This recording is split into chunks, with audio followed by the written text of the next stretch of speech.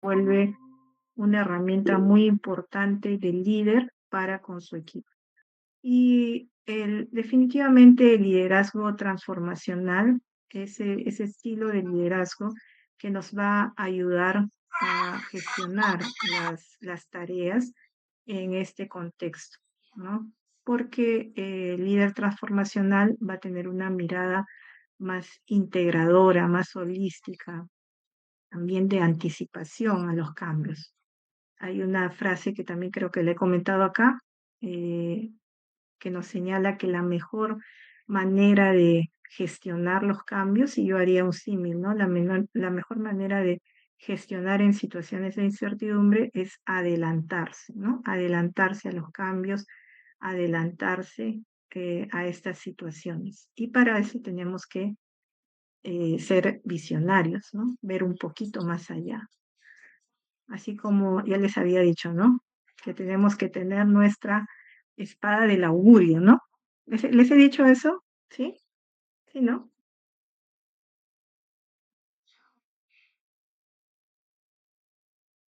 Ruth dice, no, no les he mencionado. ¿Cuál es la espada del augurio? Dice Gabriela, dice sí, ¿no? Eso, nuestra espada del augurio que nos permita ver más allá de lo evidente. Dice, ¿no? Y eso solamente es con información, ¿no? Con conocimiento, con datos. Eh, entonces, eso nos va a permitir equilibrar, ¿no? Equilibrar dentro de una situación de incertidumbre, mantener también, no perder el foco de la motivación. Entonces, el liderazgo transformacional se enfoca mucho en la motivación de los colaboradores, de los trabajadores, ¿sí? Entonces, hay algunas herramientas que nos pueden permitir navegar en estos mares tormentosos de la incertidumbre, ¿no? Me salió una frase poética, ¿no? Uno de ellos es pensar el futuro, ¿no? El future thinking, que es una metodología que nos permite transformar estas decisiones estratégicas actuales explorando escenarios futuros. Es un, es una herramienta prospectiva, ¿no? ¿Qué cosa es la prospectiva? Es un método que nos permite imaginar escenarios futuros, ¿sí? Hacemos hacemos mucho uso en la elaboración o en la generación de estos escenarios, digamos, de la creatividad, pero no es una creatividad desbordada, ¿no? Sino es una creatividad en base a información real, ¿no?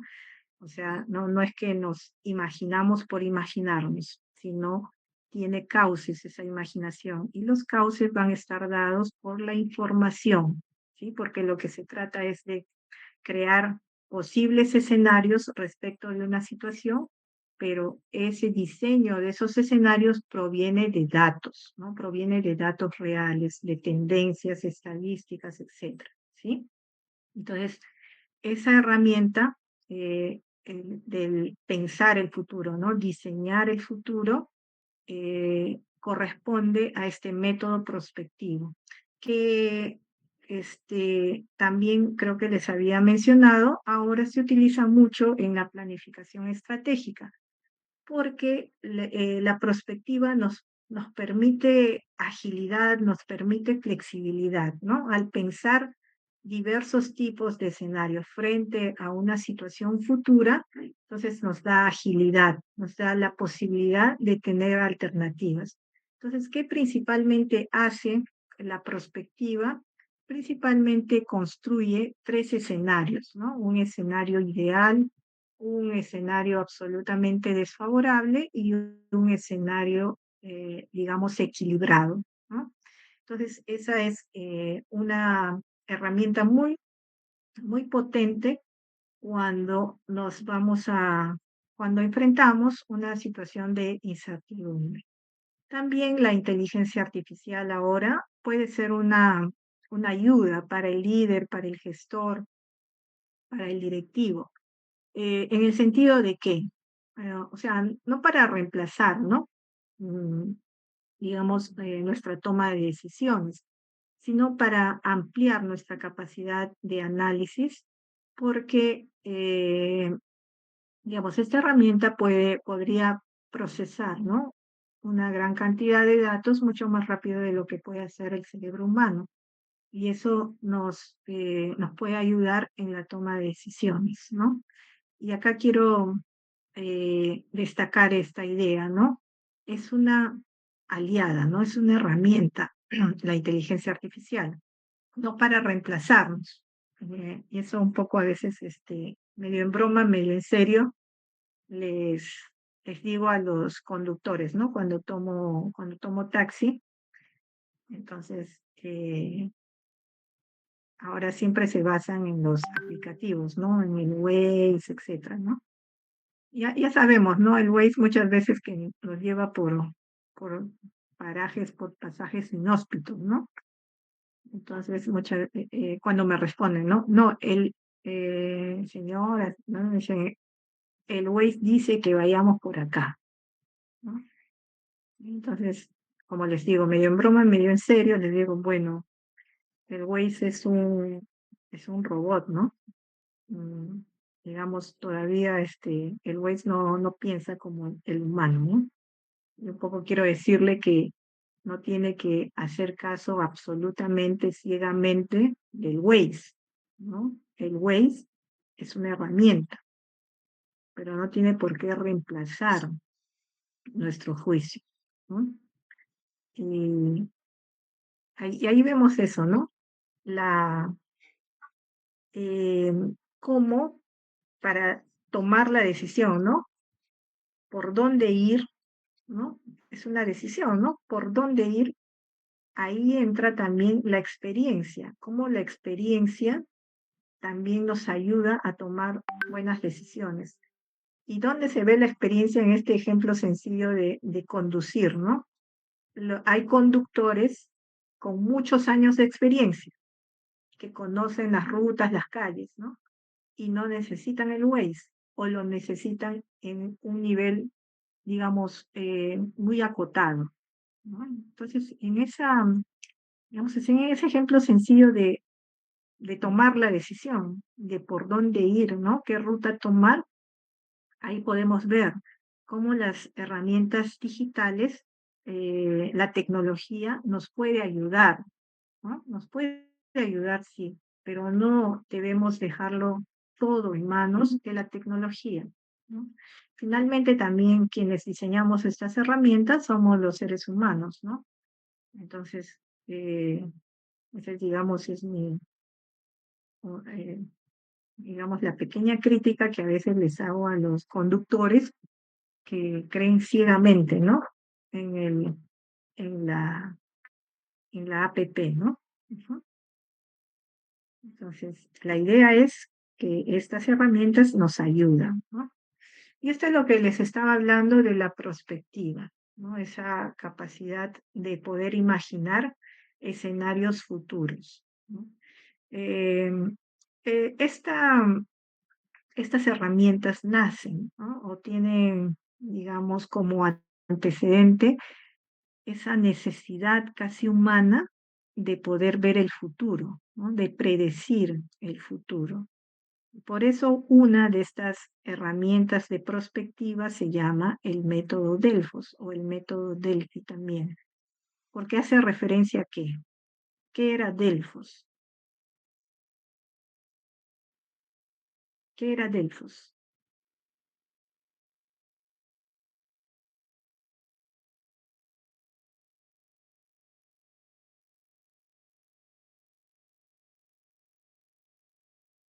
Respuestas, respuestas.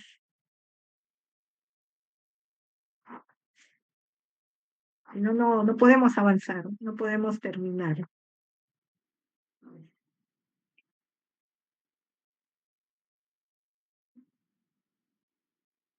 ¿Qué nos dice ahí? Podemos utilizar la inteligencia artificial. ¿Qué cosa era Delfos? Porque, ajá, un centro espiritual de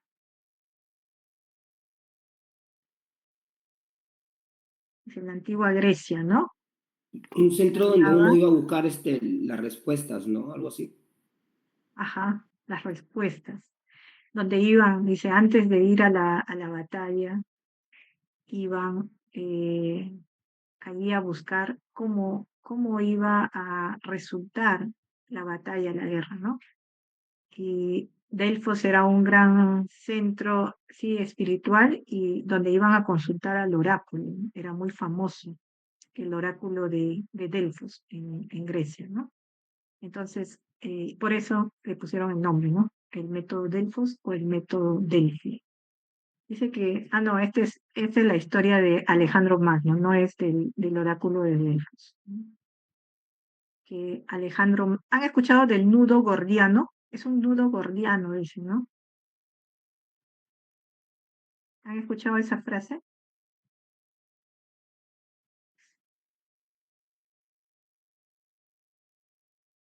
Que tiene que ver con un, con un problema muy difícil de responder, ¿no? Dice que,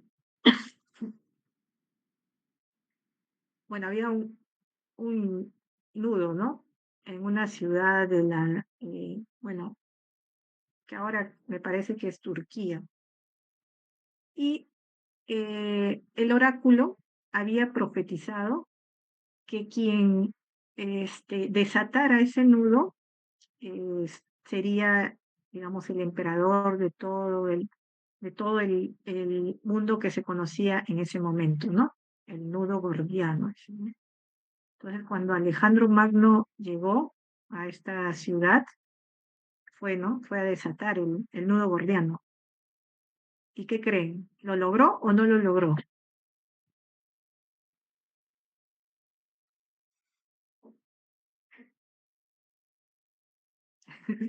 Heidi dice, sí, con duda, dice Heidi. No, no lo logró. Alejandro Magno este, se molestó, se exasperó de que no podía desatar el nudo gordiano. Entonces, ¿qué hizo? Dice, lo cortó con su espada. Cortó el nudo gordiano con su espada. Una decisión radical. Diríamos, ¿cómo diríamos? Algo reactivo, ¿no? Entonces, ¿qué sucedió? Dice, después de eso,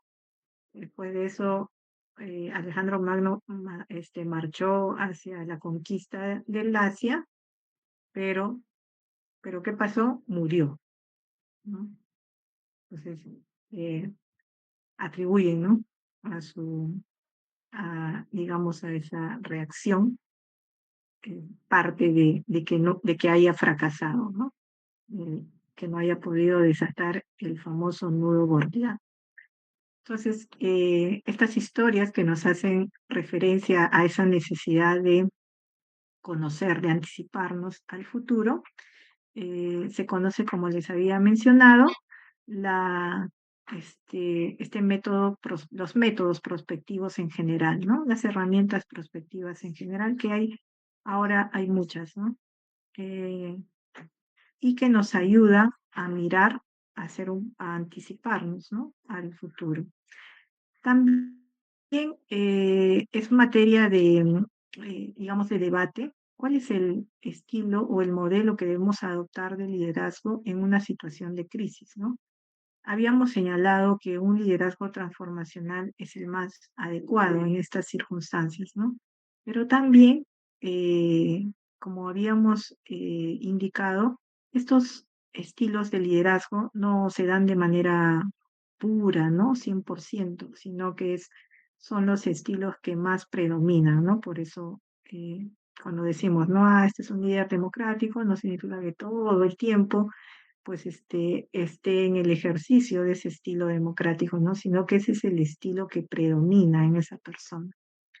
Entonces, de esa manera, también la teoría nos propone que tanto el liderazgo transformacional como también un modelo de liderazgo democrático, como puede ser adaptado a estos espacios de crisis o a estos momentos, a estas situaciones de crisis o de incertidumbre, ¿no?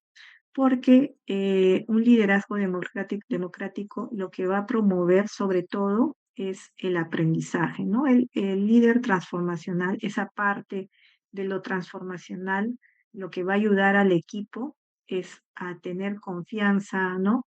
A, digamos, a que el líder le dé seguridad y también a que sean capaces de pasar, ¿no? Esa situación de incertidumbre o de crisis porque este líder transformacional va a tener una mirada hacia el futuro, es un visionario. Y por otra parte, del liderazgo democrático, lo que va a permitir, ¿no? Este estilo es que se podamos ver estas situaciones de crisis o de incertidumbre como oportunidades, ¿no? Como oportunidades de aprendizaje. Entonces, el líder democrático va a enfocarse mucho en ver, ¿no? En que el equipo vea estas crisis como oportunidades. Este líder va a facilitar que el equipo procese y que además aproveche estas experiencias. Y por ello también la comunicación también, ¿no? Va a ser un elemento importante en el ejercicio de este liderazgo democrático en una situación de crisis. Algunos dirían que no, ¿no? Porque en una situación de crisis, dice, siempre hemos escuchado que el estilo de liderazgo que deberíamos adoptar o que más funciona, ¿cuál es? En una situación de crisis.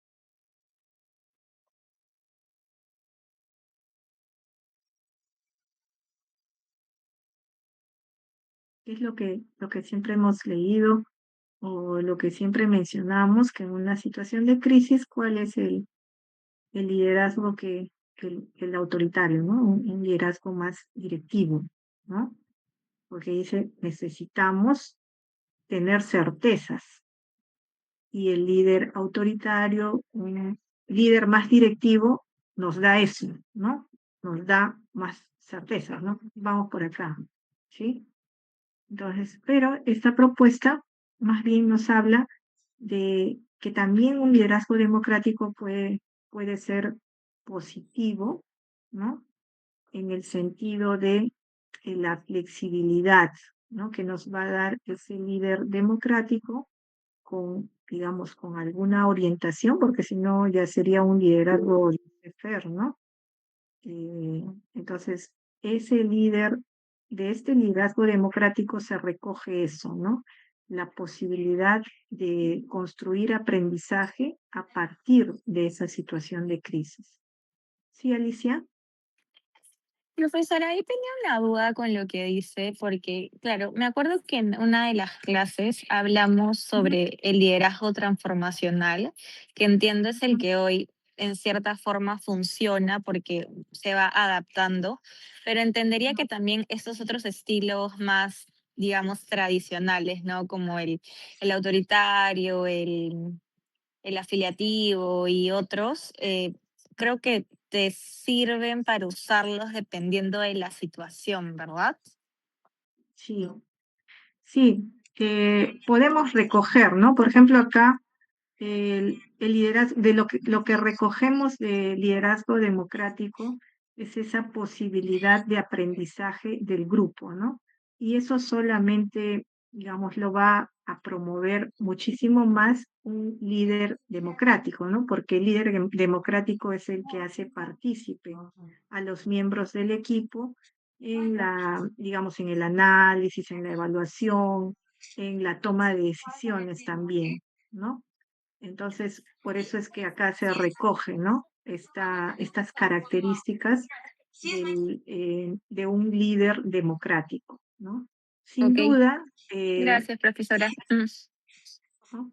Sin duda yo considero que eh, lo que tú mencionabas, ¿no? El liderazgo situacional, cuando dices que va a depender también de la situación, ¿no? Eso es cierto. En términos personales, eh, digamos, yo me inclino más por digamos, por la explicación teórica del liderazgo situacional, ¿no? Porque sí, ¿no? Va a tener que ver mucho con las situaciones, con las condiciones en las cuales se ejerce ese liderazgo, ¿no? Por eso hablaba del estilo de liderazgo predominante. ¿no? No es, digamos así, 100% puro, no solamente es transformacional, ¿no? Recoge otras características también de otros estilos, ¿no? Y al final yo creo, ¿no? Que cada directivo también va moldeando, ¿no? Va modelando y va construyendo también su propio estilo de liderazgo con determinadas características que van a ser las predominantes en ese estilo, ¿no? ¿No? Entonces, eso, digamos, es la forma como estos estilos de liderazgo se van a ir construyendo y se van a ir adaptando también, ¿no? Sin duda estoy de acuerdo en que el liderazgo transformacional es el que hace mucho más, si quiere, match con una situación de incertidumbre o de crisis, ¿no?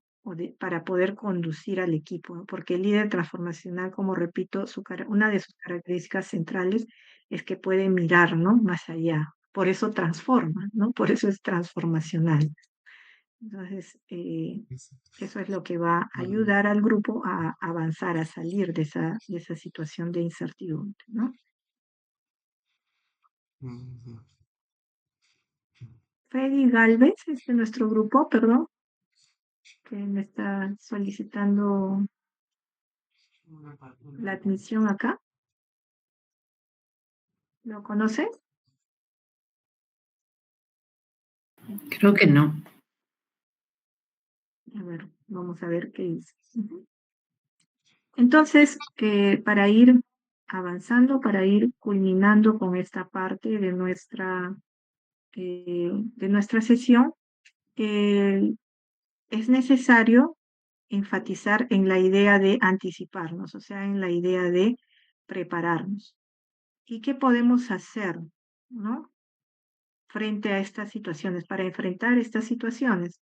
Como estamos hablando de anticipación, podemos generar dentro de nuestra organización, digamos, equipos que puedan responder rápidamente a una situación de crisis o una situación de incertidumbre.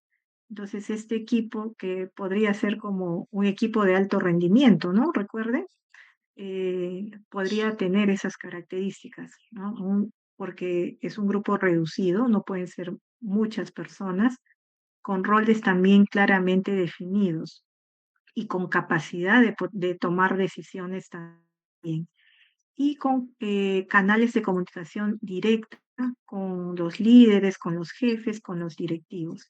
Entonces, ¿para qué sirve este equipo? ¿No? Nos sirve para poder responder y para poder actuar en una primera línea, en un primer momento, ante una situación de crisis o de incertidumbre, ¿no?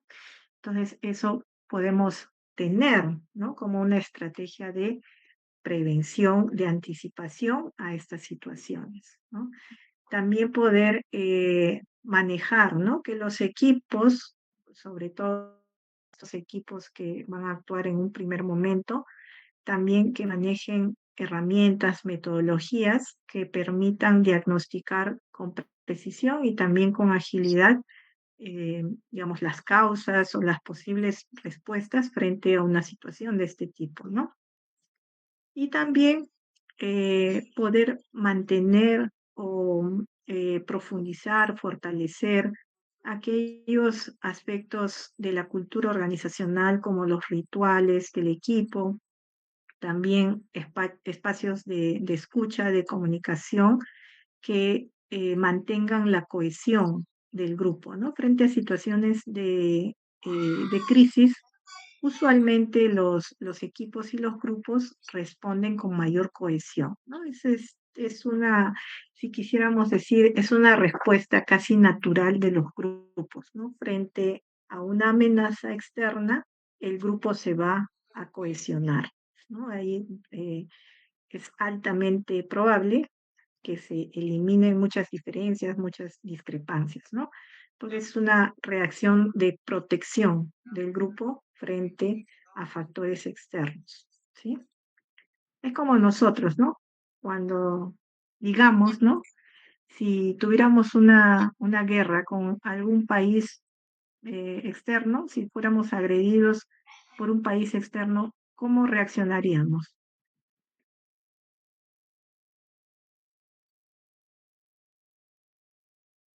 ¿Cómo reaccionaríamos? ¿Cómo creen ustedes que reaccionaríamos?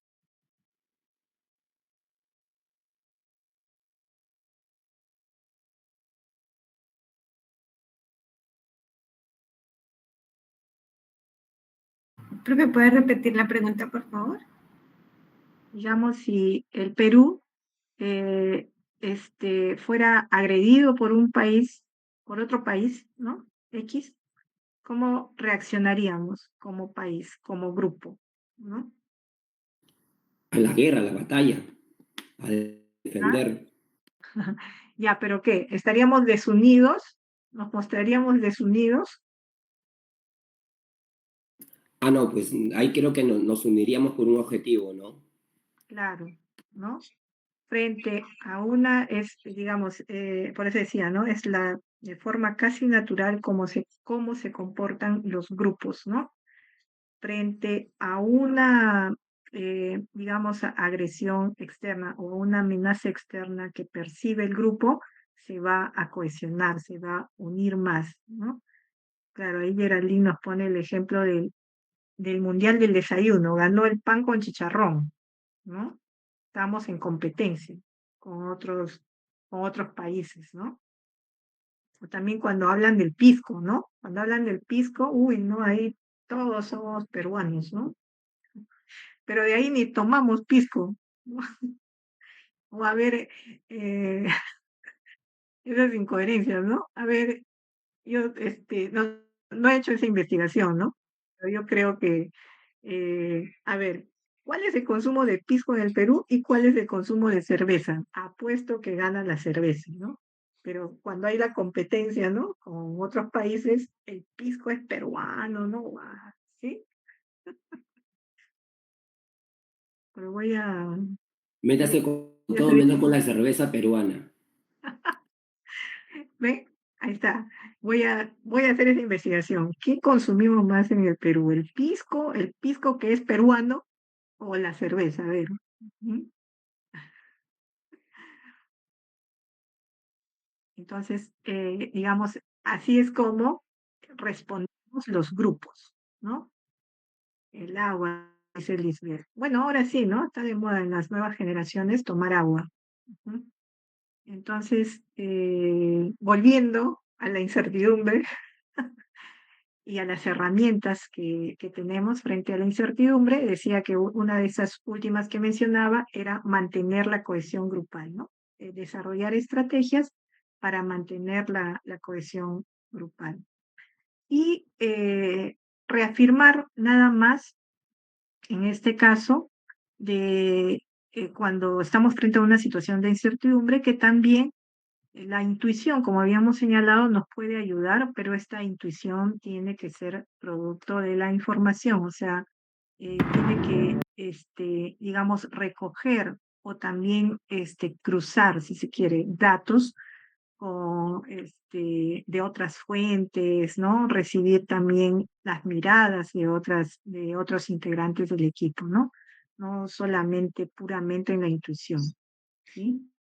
Además, reafirmar nuevamente, repetir tercamente que la intuición no es un don, no es una iluminación repentina, espontánea, ¿no? La intuición no es más que una toma de decisiones más rápida basada en la experiencia, ¿sí? Es la experiencia la que nos permite tomar decisiones o actuar en estas situaciones de crisis, pero esa es, digamos, una estrategia que está dada por la experiencia, ¿sí? Entonces, la intuición también es una herramienta, es una ruta que podemos tomar, ¿no? En estas situaciones. Reflexiones finales sobre el liderazgo en contextos de incertidumbre, que debemos tener en cuenta que nosotros, que los directivos, los líderes, digamos, vamos a a ejercer ese liderazgo o vamos a gerenciar en un mundo muy cambiante, ¿no? Y que además no todo lo podemos tener bajo control en ese escenario. ¿Qué más tenemos que reconocer? Que en este ambiente, ¿no? En este entorno lleno de demasiada información, es necesario tener claridad sobre los objetivos, sobre el propósito, ¿no? Y hacia dónde queremos ir. Por eso es importante la visión del líder, ¿no? Y también en estas situaciones de incertidumbre, de aparente caos, ¿no? De crisis, el mayor desafío de los líderes es mantener al equipo, ¿no? Mantener cohesionado al equipo, darle sentido de pertenencia a los miembros del equipo. Y esto es para una reflexión individual, ¿no? No lo tienen que hacer, ¿sí? O sea, no me tienen que presentar como un trabajo. Sí recomiendo que lo haga como ejercicio individual. Preguntarse, ¿cuál es esa decisión que llevan tiempo postergando por falta de alguna certeza? ¿Sí? Ese es el ejercicio personal, si se quiere. Y justamente es ese tema el siguiente, ¿no? La decisión, cómo tomamos decisiones, ¿no? A nivel individual, ¿no? Porque tiene algunas diferencias cuando tomamos decisiones en grupo. Pero es importante conocer cómo procesamos la información y cómo tomamos decisiones. ¿Sí? Una pregunta muy profunda nos dice Heidi. Claro, todos los días tomamos decisiones, ¿no? ¿Cuáles son esas decisiones que se están quedando en el tintero? Y Lisbeth nos dice, ¿no? Hacer ejercicios. Muy bien. Lisbeth ha identificado ya esas decisiones postergadas. Muy bien, entonces les dejo esa pregunta para el ejercicio individual, personal. ¿Sí? Porque siempre hay que combinar, ¿no? La mirada organizacional con la mirada individual también. Muy bien, jóvenes. Entonces, en este punto hacemos nuestra pausa para hacer nuestra pausa activa, levantarnos, ¿no? Estirarnos, 10 minutos y retornamos con energía, ¿no? Con energía renovada, ¿sí?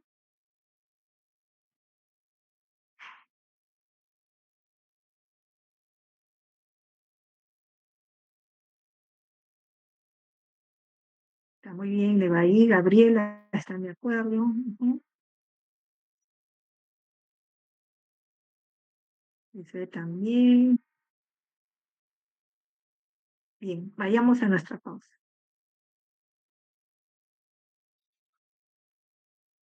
Willy, ya fueron, ¿no? Ya fueron. Ah, bueno, no sé, no.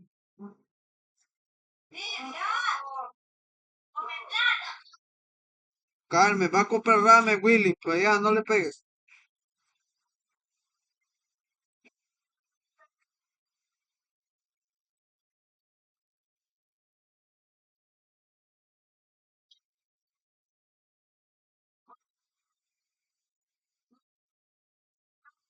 Estoy en taller. Al bebé, todo para el bebé diciendo, no, chistoso. Cállate, yo voy a comprarme dos, bebé. ¿Pero si llora? No tu blanco, vas a ver.